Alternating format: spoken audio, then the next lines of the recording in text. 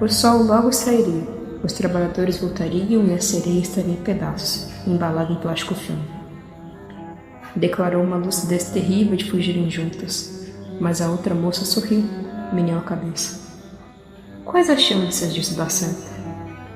Já passava da madrugada quando a Léo foi embora, arrastada de dor e saudade, arrependida quanto ao passado, desalentada no presente e sem esperanças no futuro, se deitou e dormiu o sono dos derrotados.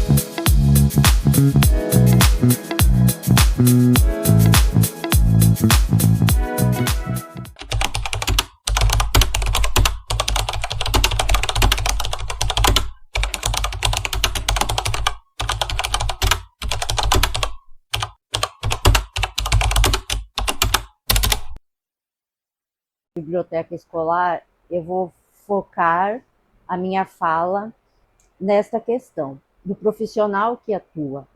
Então, é impossível um profissional atuante na biblioteca escolar demonstrar para o aluno a paixão pela literatura se ele não tem paixão pela literatura. É impossível você conquistar um leitor se você não for um leitor. E para que isso aconteça, esse ato da conquista requer coisas simples, uma boa indicação, né? A gente faz aqui pílulas de leitura, que são frases que os alunos vêm todo dia na biblioteca para retirar essas frases, fazer essa leitura. Então, isso convida eles a entrar. O acolhimento, o respeito, o afeto que eles encontram neste ambiente. Então, um exemplo disso é uma aluna autista, por exemplo. Aqui na biblioteca escolar, ela tem um espaço de expressão, ela fez amizades, ela conversa, ela troca ideias sobre música, sobre leitura, né? Tem alunos com dislexia, com deficiência auditiva, que encontraram nesse espaço o acolhimento e encontraram, a partir desse acolhimento, encontraram na leitura uma forma de felicidade, uma forma de realização, uma forma de crescimento, uma forma de expressão. Então, a importância de que o profissional que atua na biblioteca escolar tenha esse comprometimento afetivo e esse comprometimento de paixão pela leitura.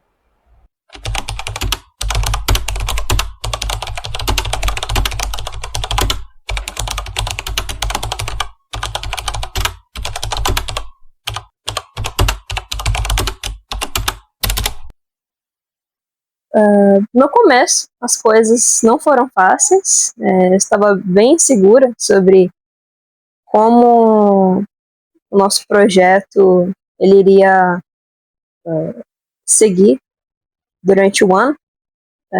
no começo tivemos dificuldades para encontrar novos membros, apoio da coordenação e dos professores, mas com o tempo nós fomos nos firmando aqui na escola e nos tornamos muito relevantes.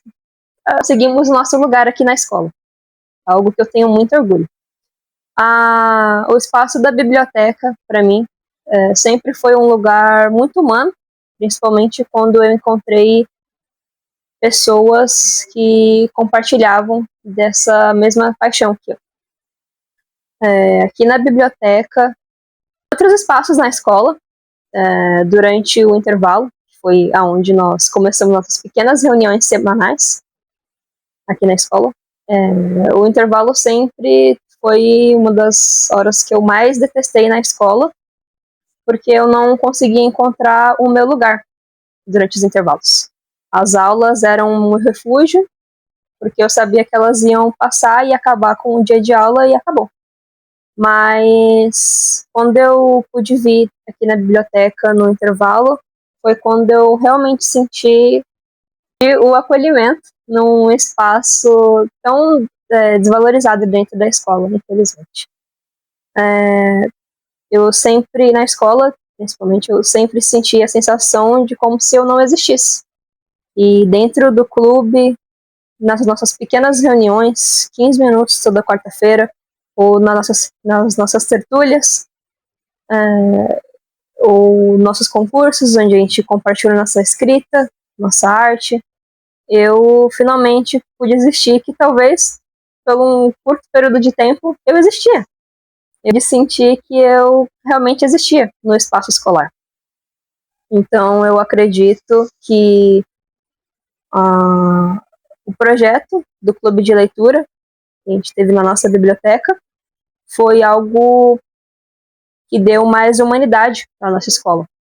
Deu a oportunidade de existir alunos invisíveis, não valorizados no ambiente escolar.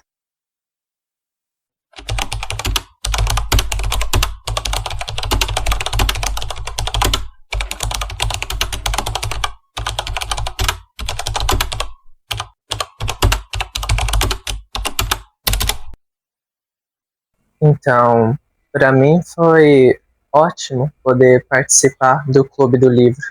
Inicialmente, eu não achava que iria me encaixar.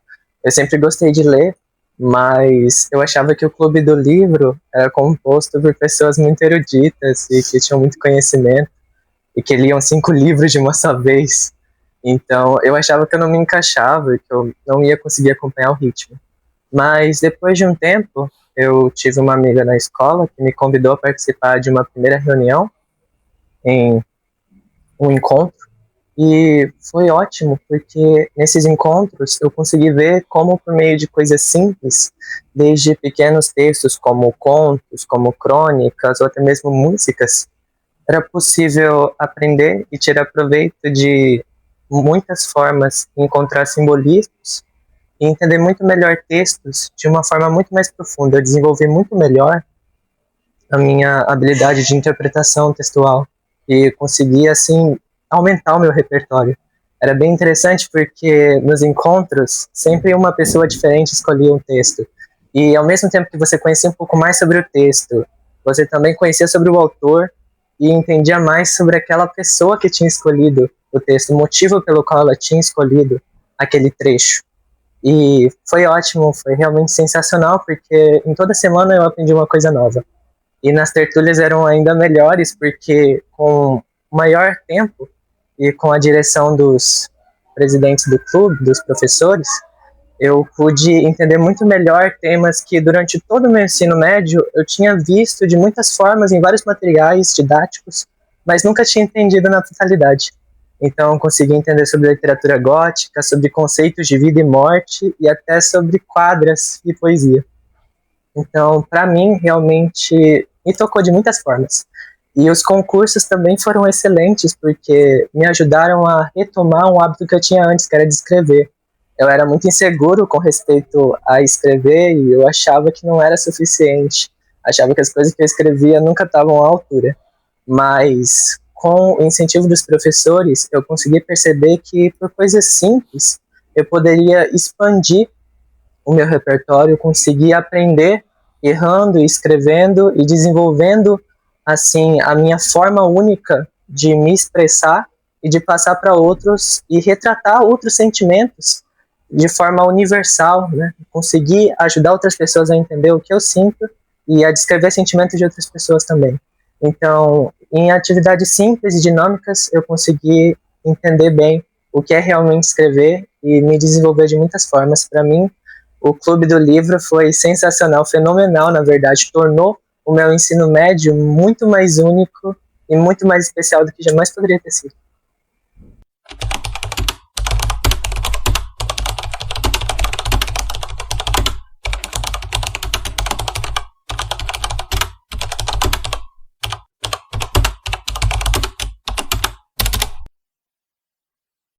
As nossas atividades desenvolvidas na biblioteca foi verdadeiros encontros mágicos, onde o espaço da biblioteca fez sentido de uma maneira tão potente, de uma maneira tão forte, que valorou as nossas atividades desenvolvidas na escola.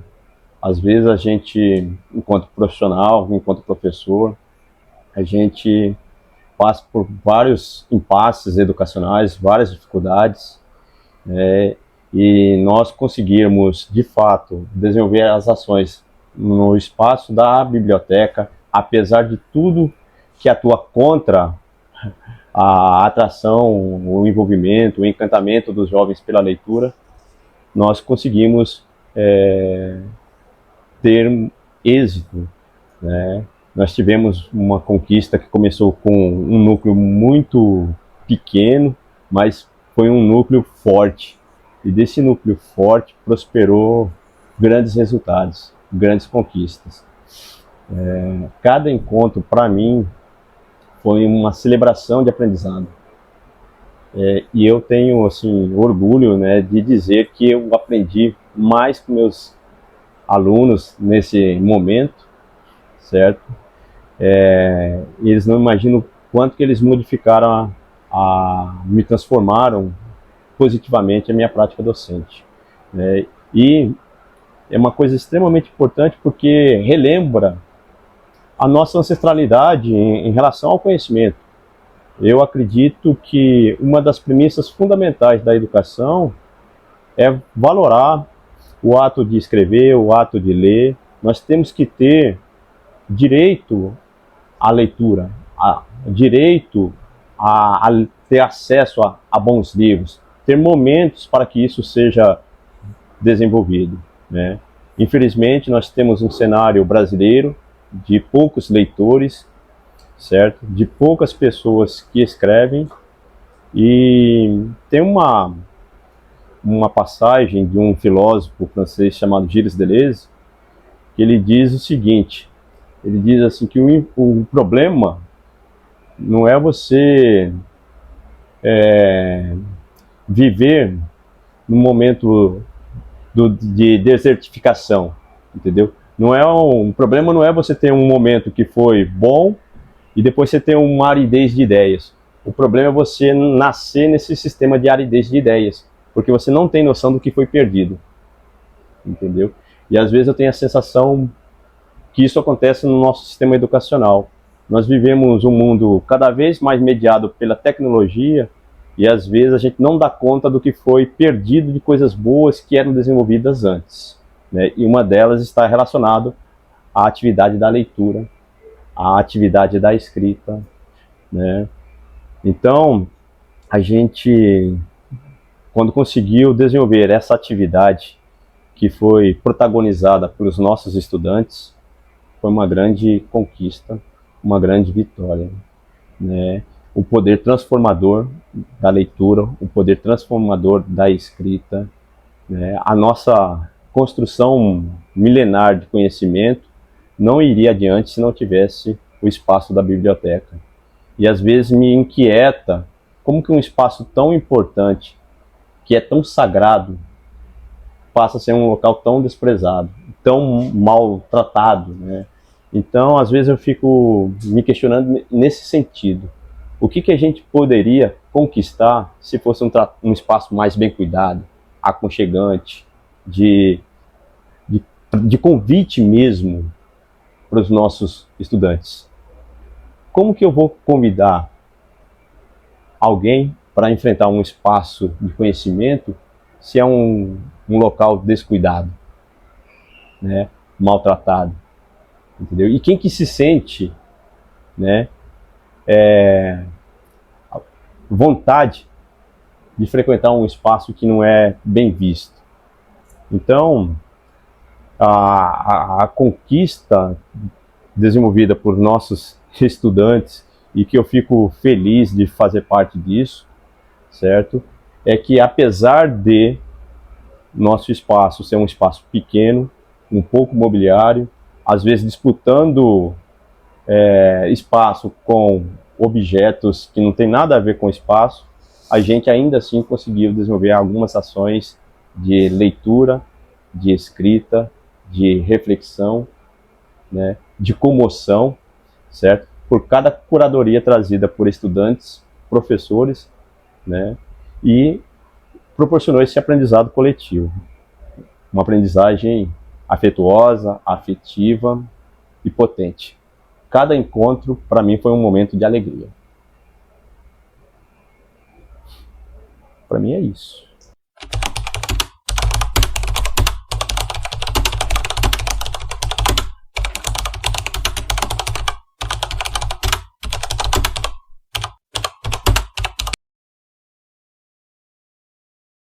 Eu queria começar agradecendo a presença de todos aqui, especialmente dos alunos, dos colegas de docência, e especialmente a quem está atrás dessas câmeras, professor Adriano Monteiro, que é o TikToker da escola e que é o verdadeiro autor dessa história que a gente está tentando contar aqui, né? A ser publicada na revista Interdisciplinar em Estudos de Linguagem. Momentos atrás eu pedi uma pausa na gravação para pegar uma das edições de livro da biblioteca. Peguei inicialmente Manuel Bandeira, que está na mão do professor Cristiano, mas logo em seguida, diante de mim apareceu a obra mais importante dessa biblioteca. Eu tenho em mãos aqui uma edição dos Lusíadas, do grande escritor português Luís Vaz de Camões, e se vocês olharem aqui, a edição é de 79, tem cheiro de livro velho. E para quem gosta de ler, né, é um cheiro viciante. Eu coloco essa obra como protagonista no início da minha fala para dizer a importância desse lugar, chamado biblioteca, né, que eu gosto de chamar de a Casa do Saber. E aqui está a guardiã da Casa do Saber, a professora Márcia Barônio de Góes, que é a protetora, né, que é a promotora desse lugar. Lugar que no início do ano letivo de 2025 estava completamente depredado. Essa é uma palavra forte, mas era assim que eu a qualifico, né? Vocês estão vendo um belo cenário aqui com livros, grandes escritores da língua portuguesa enquadrados ali atrás do querido Johann, mas não é assim que nós encontramos esse local. Aliás, parte do local, se vocês vão olhar depois nas imagens, né, é um local tomado por aparelhos eletrônicos, por caixas, um lugar hostil ao aprendizado, hostil à leitura, hostil à reflexão literária e hostil às diferentes atividades que nós fizemos aqui no projeto de leitura.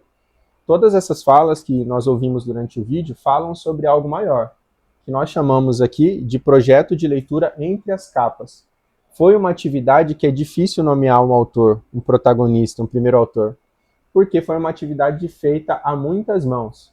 Para quem fez o link do vídeo, vai poder acompanhar parte do produto desse projeto literário, que foi o dossiê Educação entre as Capas, uma publicação mais recente, um dossiê especial publicado nessa mesma revista, com 28 textos de 25 alunos dessa escola, resultante de 2 concursos literários que nós fizemos.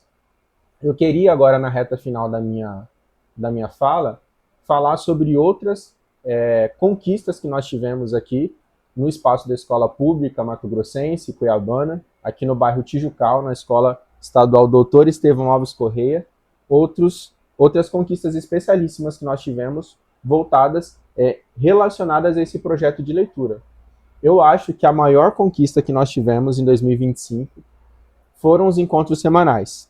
A fala do Johan destacou isso. A própria aluna Isabelle Lima disse que ela passou a ser vista, né? Foi um lugar de pertencimento, um lugar de construção identitária, esses momentos. Por quê? Porque nas pílulas literárias, as leituras pequenas, de pequenos parágrafos que fazíamos a cada semana, de músicas que ouvíamos, nós víamos ali um milagre da leitura fazer o seu trabalho, né? Que é uma coisa quase sagrada, difícil de explicar, só quem gosta de ler sabe do que eu estou falando, que é ler um pequeno trecho de texto, pensar sobre a sua vida, sair com um buraco, sair mexido, né? Passar um dia inteiro pensando num pequeno fragmento de um texto. Uma beleza que eu destaco desses encontros semanais foi a partilha entre professores e alunos, porque em uma semana um aluno era protagonista e escolhia a leitura, na outra semana um professor, e aí, modestamente, a gente teve que aceitar o quão forte é o aprendizado que os professores têm quando param para ouvir o que os alunos têm a dizer, né? Inclusive as leituras que esses alunos fazem. Outra coisa que eu queria destacar, queridos e queridas, foram as tertúlias literárias, atividades mensais que nós fazíamos. Para você que está assistindo o vídeo e não sabe, tertúlia é uma palavra de origem espanhola, que significa festa literária. Toda boa tertúlia tem algo literário, tem alguém declamando um poema, tem boa comida, tem boa música, né, e algo para beber também. Aqui na Estevão Alves, nós tivemos a doce oportunidade de fazer uma tertúlia por mês em 2025. E a professora Márcia foi a promoter dessas tertúlias, construiu com as próprias mãos boa parte dessas atividades e foram temáticas muito diversas. Numa tertúlia nós lemos a dama da literatura brasileira, Lígia Fagundes Telles. Numa outra tertúlia nós, como bem lembrou o Johan, pensamos sobre vida, sobre morte, através do gênero epitáfio. Em outra tertúlia nós, me ajudem, falamos sobre quadras, a partir do amor, quadras amorosas.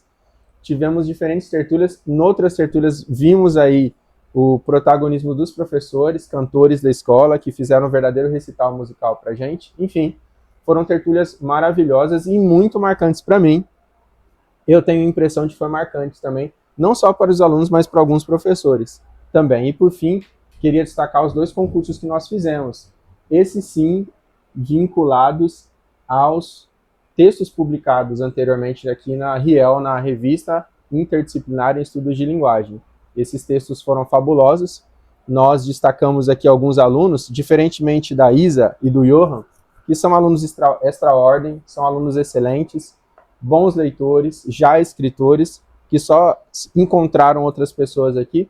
Alguns alunos tinham uma formação precária, uma formação literária reduzida, limitada, uma capacidade de escrita também pouco proficiente, mas no transcorrer do ano, nessa convivência afetiva, como disse o professor Cristiano, esses alunos se habilitaram a se tornar potentes leitores, como disse o professor Cristiano, e escritores hábeis, com a sua própria assinatura, com, enfim, textos que você consegue identificar com propriedade a identidade de cada autor. Eu poderia enumerar para vocês, infelizmente o vídeo não dá tempo para isso, uma série de conquistas que nós tivemos. Para mim, a maior delas foi criar uma corrente de pensamento, uma corrente de leitores e de escritores numa escola pública que padece as dores do insucesso que é ser escola pública nesse momento histórico do Brasil. Todos aqui sabem, né? Chega a ser chato e repetitivo falar, a escola pública brasileira passa por um momento difícil. É muito difícil ser aluno e ser professor em escola pública, mas atividades como essa demonstram que flores podem nascer do asfalto, como disse Drummond, e que a leitura tem poder ainda, dentro do caos e das dificuldades. Então, para mim, esse movimento, essa onda de pensamento, ter alunos que gostam, que amam da leitura, que convivem, que se identificam na sala de aula, com outros alunos leitores, que fazem, né, que agem, que constroem leitura, literatura de qualidade na escola, para mim foi o maior prêmio. Eu gostaria de lembrar também que esses alunos que estão aqui, eles representam uma coisa maior, né? O vídeo não dava para caber todos os alunos, mas eles representam outros tantos alunos que tiveram a vida afetada, não por nós, mas pelo que o coletivo construiu, né? A Isabelle, destacadamente, teve um ano espetacular, né, Isa? Ela é uma aluna que se destacou muito, a Isa é inteligente, ela tem um futuro brilhante, assim como o Johan e os demais, e ela teve a felicidade de participar de um projeto da Academia Mato Grossense de Letras, se destacou nesse projeto, ela tem chances reais de fazer uma publicação, né, coassinada ali, partilhada com a Academia Mato Grossense de Letras, e não por acaso ela também foi vencedora nos 2 concursos literários que nós fizemos. Primeiramente, ela foi a primeira colocada no gênero conto, e posteriormente, na segunda edição do concurso literário, ela foi a segunda colocada no concurso literário. Então, terminar em grande estilo o ensino médio como a Isa terminou, é uma demonstração do que o amor aos livros podem fazer. Então é isso, comecei com o Camões, queria deixar uma foto do Camões no final do vídeo, porque é isso, é um milagre, a biblioteca é um milagre, né? Para alguns, a maior tecnologia já desenvolvida pela humanidade foi a escrita, porque a escrita foi a condição que o homem conseguiu fazer de guardar memórias. Por isso, um ambiente como esse que nós estamos, o ambiente da literatura, um ambiente da biblioteca, é um ambiente sagrado, porque são memórias, são universos, são mundos aí escondidos em cada um desses livros, e está cada vez mais difícil fazer os alunos, a sociedade entender a relevância de espaços como esse. Mas nós estamos aqui militando, né? E esperamos que esse vídeo alcance outros tantos professores e professoras brasileiros em rincões distantes, com bibliotecas depredadas, bibliotecas falidas, né, que eles acreditem, porque foi possível fazer daqui algo, então eu imagino que é possível fazer algo de qualquer lugar. Eu não quero, com esse discurso, tenho certeza que eu falo em nome dos professores aqui, falar de vocação, desanuviar, diminuir o papel importante que a gestão pública, que o Estado deve ter, do fomento, do progresso das bibliotecas, mas onde há livro há esperança. Se tem livro por aí, a gente acredita que os livros são portais, né, de esperança e de transformação.